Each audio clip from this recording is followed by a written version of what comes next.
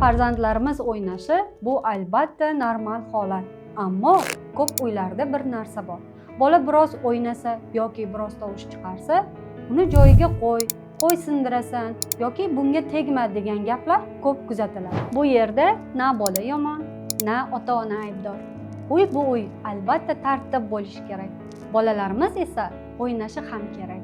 Shu ikki ehtiyoj to'qnashmasligi uchun uyda kichkina bo'lsa ham o'yin burchagi bo'lishi yetarli. Buni hashamatli qilish shart emas. Uyning burchagida kichik joy bo'lsa bo'ldi. Kichkina gilamcha, bitta savatcha, bir nechta o'yinchoqlar, tamom.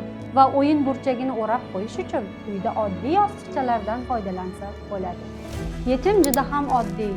Uy besaranjom bo'lmaydi, siz asabiylashmaysiz.